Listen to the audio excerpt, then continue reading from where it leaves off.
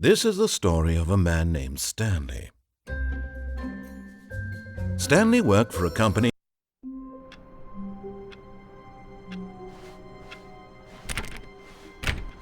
All of his co-workers were gone. What could it mean? Stanley decided to go to the meeting room. Perhaps he had simply missed a memo. No matter how hard Stanley looked, he couldn't find a trace of his co-workers.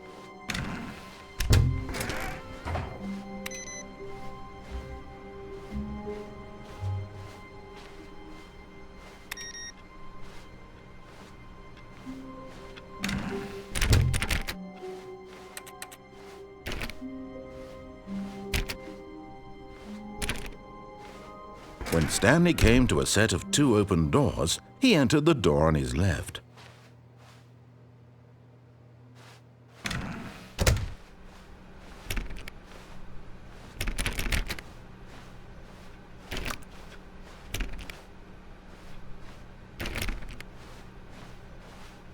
Yet there was not a single person here either.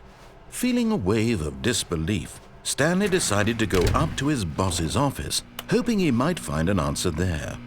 Stanley stepped into the broom closet, but there was nothing here, so he turned around and got back on track.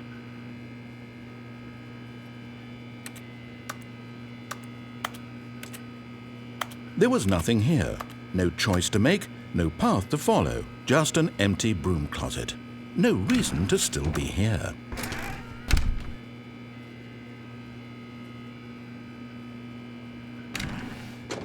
It was baffling that Stanley was still just sitting in the broom closet. He wasn't even doing anything.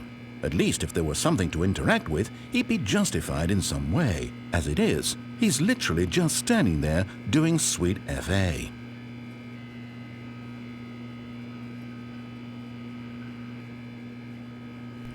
Are you really still in the broom closet? Standing around doing nothing? Why? Please offer me some explanation here. I'm genuinely confused.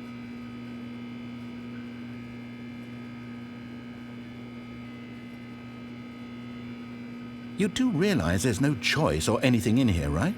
If I'd said Stanley walked past the broom closet, at least you would have had a reason for exploring it to find out. But it didn't even occur to me because literally this closet is of absolutely no significance to the story whatsoever. I never would have thought to mention it.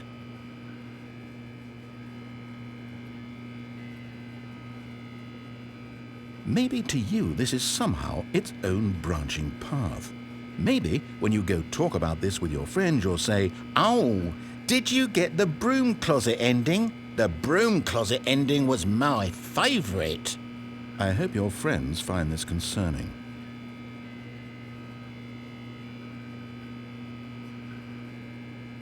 Stanley was fat and ugly and really stupid. He probably only got the job because of a family connection. That's how stupid he is. That or with drug money. Also, Stanley is addicted to drugs and hookers.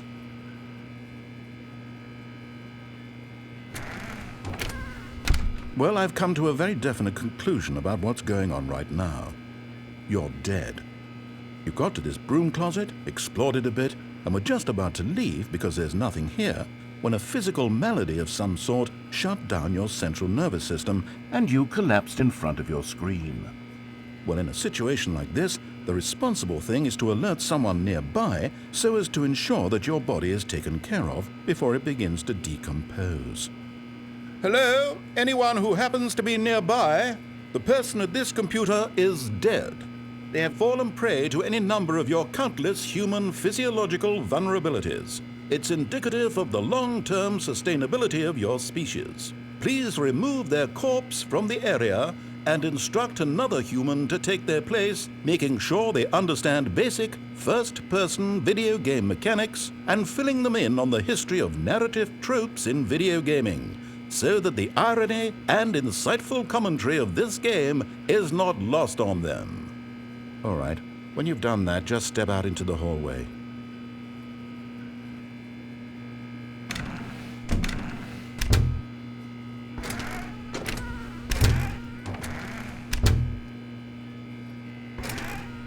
Ah, second player. It's good to have you on board. I guarantee you can't do any worse than the person who came before you. You too? Unbelievable. I'm at the mercy of an entire species of invalids. Perhaps there's a monkey nearby you can hand the controls to. A fish? Fungus? Look, you can hammer out the details. I'm not particularly picky. I'll just be waiting for when you're ready to pick up the story again.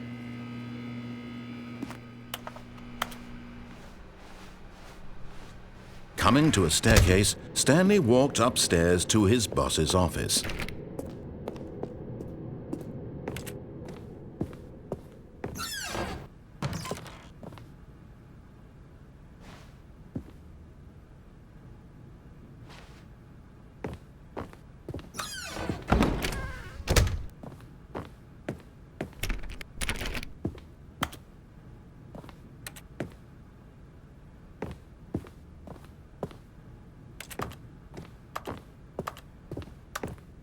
Stepping into his manager's office, Stanley was once again stunned to discover not an indication of any human life. Shocked, unraveled, Stanley wondered in disbelief who orchestrated this. What dark secret was being held from him? What he could not have known was that the keypad behind the boss's desk guarded the terrible truth that his boss had been keeping from him. And so the boss had assigned it an extra secret PIN number, 2845. But of course, Stanley couldn't possibly have known this.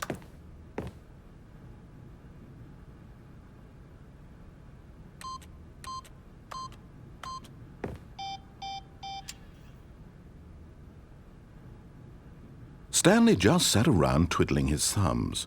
Trying to input anything on the device was useless, since he could never possibly know that the combination was 2845.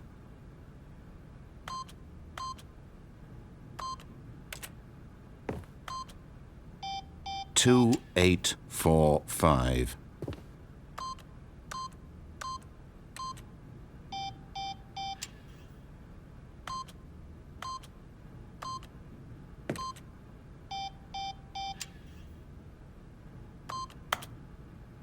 Forgot, but it turns out that the panel's emergency override kicked in, and the door just opened all by itself, and Stanley got the hell along with the story. Well, whoop-de-doo.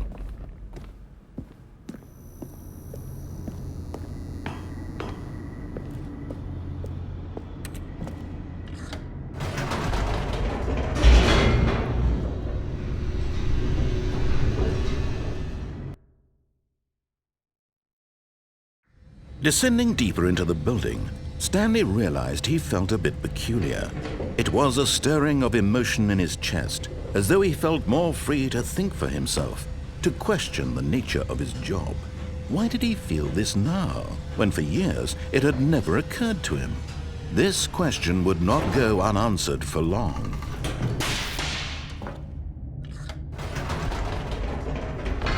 Whoops, nope, never mind. Stanley actually got back into the elevator and went back up. Silly me. Why did Stanley do that when he knew that it would just lead back to his boss's office? Well, that's a great question. I just can't wait to find out.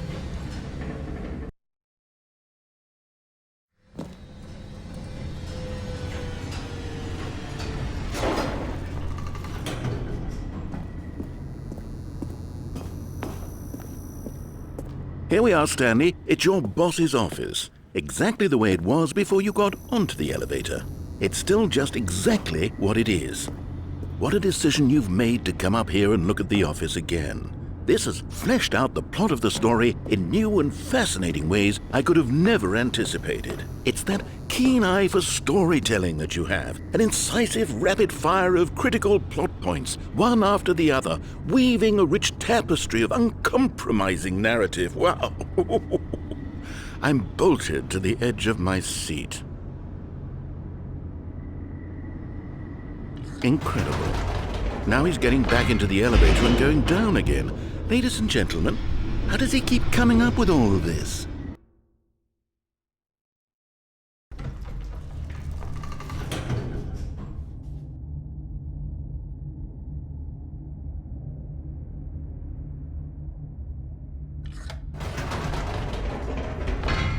Did you think we were going to go forward down the spooky corridor? No. It's time once again to go back up in the elevator. I can't even begin to grapple with what might be up there. Is it the boss's office again? Or what if it's the boss's office this time? The suspense is killing me.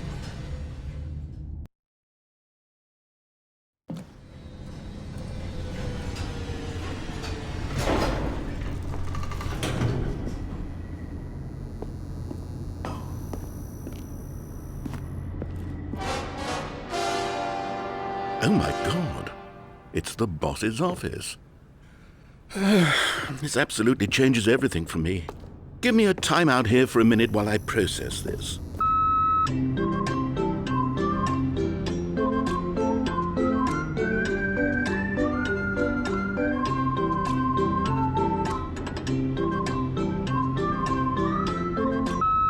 Okay, I'm ready.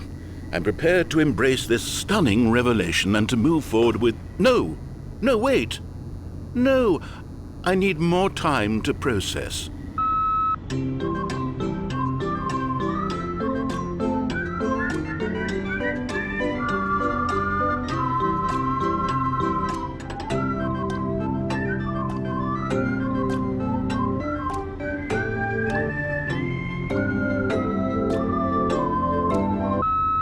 All right, I have fully come to terms with it. I have made space in my worldview for this astonishing new reality. As before, I turn to your expert eye for gripping narrative, Master Stanley. Of course, going back down in the elevator. How did I not anticipate it? I mean, sure, now it's obvious, but you have to understand that 30 seconds ago, this kind of thing had never been attempted before. I had no frame of reference to even anticipate it. That's just how revelatory Stanley's decision-making is, a breath of fresh air in a landscape of storytelling that has grown stale and repetitive.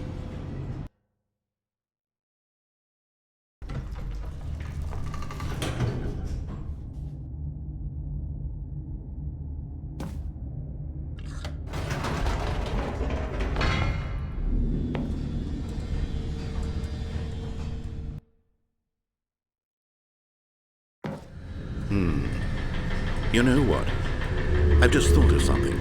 Hold on, let's stop for a moment. Don't you realize? It's the anticipation, Stanley. You and I, we have no way of knowing what will be at the top of this elevator. But the suspense, the agony of waiting and anticipating and having to guess, that's the real thrill. Oh, I simply don't want to let that feeling go. It's so precious, so fleeting. Why don't we take this elevator ride nice and slow? There we go. Isn't this so much more exciting? You know, Stanley, it seems like nowadays the only thing that audiences want is to be shocked as loudly and frequently as possible. They want big, explosive moments flung right in their faces from the very moment that things get started. But where's the tension? Where's the trust in the audience to build a slow and nuanced appreciation for the story, the characters? Why aren't we given time to imagine the surprises, to have to think and to anticipate, and then to marvel at the eventual reveal? This is storytelling, Stanley. What you and I are doing right now. This is the most exciting narrative to be developed in years, and it's really all because of you.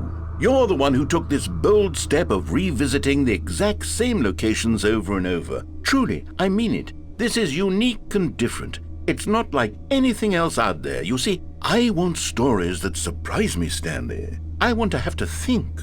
I want to be engaged and not pandered to. We're being fed such unimaginative drivel all the time, and we all know it, which is why we're so starved for content that makes us feel sharp and vital and alive. That's why people like you so much, Stanley, because you're not afraid to spit in the face of tradition. You're a role model, you know?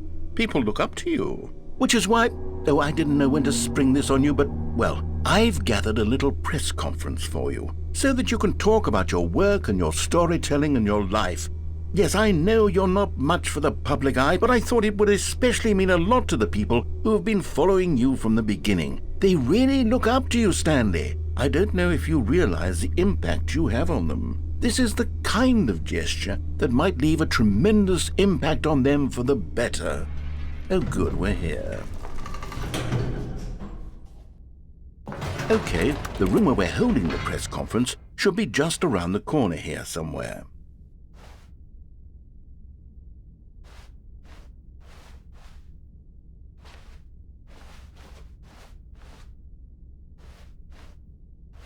Ah, yes, here it is, just through this door.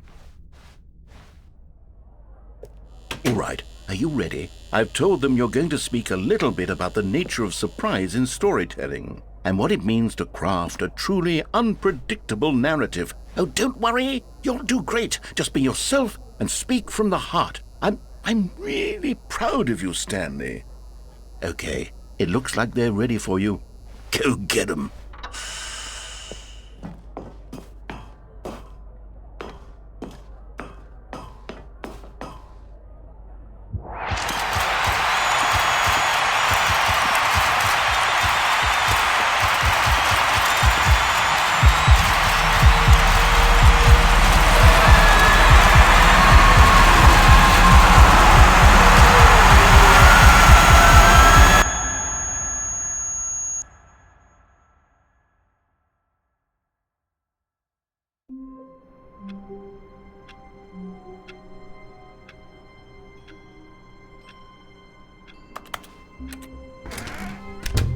But Stanley simply couldn't handle the pressure. What if he had to make a decision? What if a crucial outcome fell under his responsibility? He had never been trained for that. No. This couldn't go any way except badly. The thing to do now, Stanley thought to himself, is to wait. Nothing will hurt me. Nothing will break me. In here I can be happy forever. I will be happy. Stanley waited. Hours passed, then days. Had years gone by? He no longer had the ability to tell. But the one thing he knew for sure, beyond any doubt, was that if he waited long enough, the answers would come. Eventually, someday, they would arrive. Soon, very soon now, this will end. He will be spoken to. He will be told what to do. Now it's just a little bit closer. Now it's even closer. Here it comes.